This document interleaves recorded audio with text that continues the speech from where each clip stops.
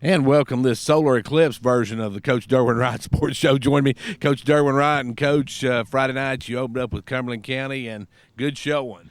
It was. I'm just proud of our coaching staff and our guys coming out and executing the game plan. Our offensive line continues to make strides, and they've just got to continue to improve. We got some areas we got to improve, but great opening game.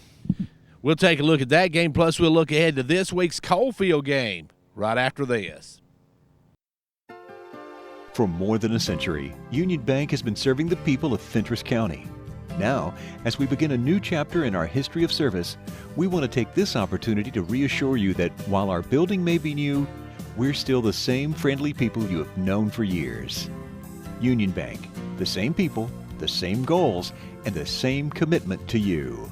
Union Bank, your locally owned hometown bank for more than a century, growing to meet your needs. Equal Housing Lender Member FDIC. And back here on the Coach Derwin Wright Sports Show. And, Coach, your offense clicking on all cylinders on Friday night, especially the seniors. Well, they did it. They did a great job. The senior running backs, Heath Rexroad, A.J. Johnson, Ethan Probst. Then, Cole Cooper at fullback did a heck of a job on some inside run game for us. And then a sophomore kid that we know he's going to be a special player. He was probably the number 2 back on Friday night. Came in and what he can do is with Probst playing defensive end and Miller's playing corner, they can kind of rest each other on offense. So you've got the power runner, and then with Miller you've got that explosive Thomas Miller. You got that explosive back. So that was a real good 1-2 combination for us. And we're kind of doing the same thing on the other side with Heath and AJ. So I was real pleased with how they did on the course of the game, and also the way they did a great job blocking for us. Coach, you look at the defensive side of the ball. You guys were able to shut them down. I think on all their first possessions, first downs in the first quarter, you had a minus yardage on every play. Well, we've got 2 really good senior defensive ends that have good speed. Both of them are running backs for us. One's fullback, one's wingback with Ethan Probst and Dawson Threet.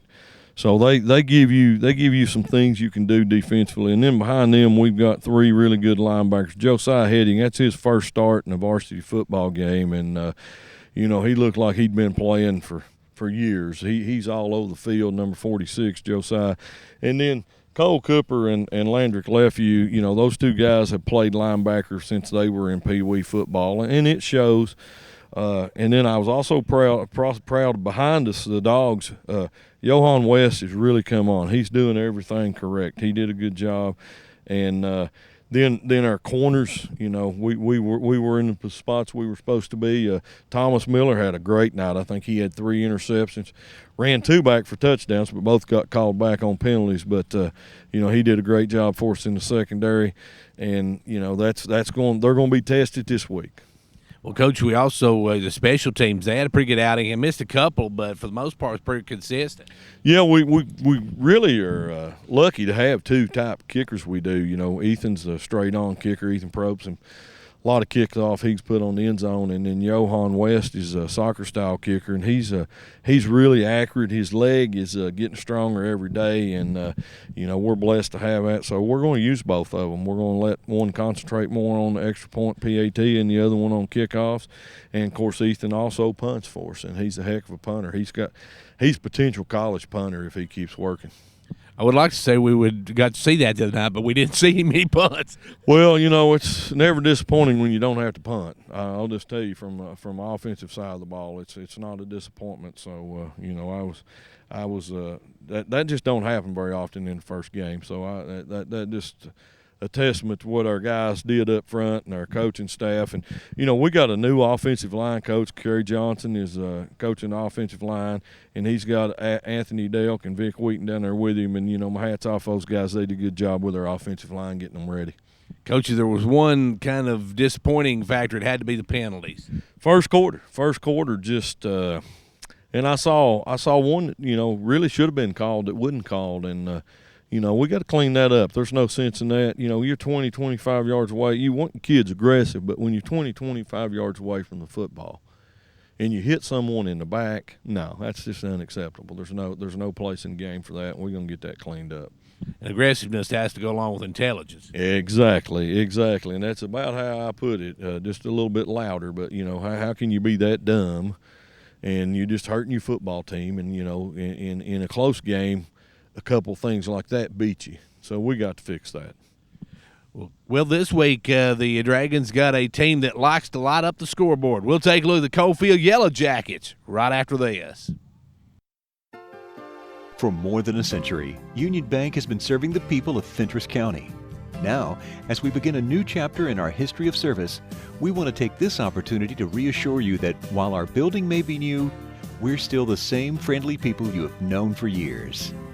Union Bank, the same people, the same goals, and the same commitment to you. Union Bank, your locally owned hometown bank for more than a century, growing to meet your needs. Equal Housing Lender Member FDIC. And back here on the Coach Derwin Wright Sports Show. And, Coach, you got the Coalfield Yellow Jacks. We talk about a team that likes to light up the scoreboard. They put up 70 against Wartburg on Friday night. Yeah, we got a work cut out for us. They're a good, solid, senior-laden football team. Coach Hendry's been there a while, and, he's got his system in. They've got a very extended offensive playbook. And number 21, their quarterback, is got an exceptional arm, makes good decisions. He's one that he's going to hit the deep pass when it's there, but he's also going to 5 and 10 you and make good throws. Very intelligent quarterback, and they have a really, really good screen game. So got our work cut out for us. We're going to have to be disciplined in what we do, and we're going to have to make sure we don't give up the big play because they're a home run hitting ball team. And I've got on film number 21 connecting with the number 10 at 52 yards in the air, and he catches it on stride. So that's not something you see every week. So our secondary is going to get a real test this week. Coach, offensively, what you got to do to move the ball against? Well, consistency. They've got 2 men at defensive end. They're good-looking kids, number 25, and I think the other guy over there is 42 or 3, and both of them are Cole Cooper-type kids, about 6'1", 215 pounds, good, strong kids. Their defensive tackles are good football players. Our offensive tackles, are going to have to come to work because we got to win that battle up front, and if we don't win that battle, it could be a long night, but if our kids will come off low and work hard, I think we can be okay. But they do a good job defensively. Crossville the other night, they kept staying in that 5 technique and giving us that off tackle. So, Coalfield's going to make adjustments. So we're going to have to be able to realize what's going on up front and make sure we're getting our blocks correct. So be a little more challenging for us. And we've got to basically take care of the football, and we did Friday night where we didn't against Sunbright, and we did a great job Friday night taking care of the football. But penalties and making sure we're blocking the right places is key on offense. Coach, take a look at both sides of the ball for Coalfield and give us some numbers to look for. Well, defensively, their D-line, they're big. It's like their offensive line big. A lot of big boys, a lot of kids like Thomas Cooper, big kids, and they're skilled people. Number 10, number 7 are in the secondary, and number 21, their quarterbacks in the secondary. 21, like I said, is quarterback. 10 and 7 his receivers, and 15. So they're like us. They've got a lot of their athletes playing both ways, but again, they're a senior-laden team, and they run a 50 and a cover 2 look, and they play it well. Coach, a lot of folks have the misconception that they're a Class Single-A team, that they're a small school, but what a lot of folks may not realize is they are the defending state runners-up in Class Single-A. You're exactly right, with most of their kids back. So, they're a exceptionally good ball team. They went to Stone Memorial and scrimmaged and wore Stone out. And, Stone's been 10-0 for the last 2 years. So I know Stone's down a little bit this year, but, you've not done that in the last couple of years. And, I don't have that film. I wish I did, but I know they scrimmaged them. And, we traded the first game. We got their Wartburg film. They got our Crossville film. And, against Wartburg, they just kind of done what they wanted to do. So they know what they're doing. They're well coached.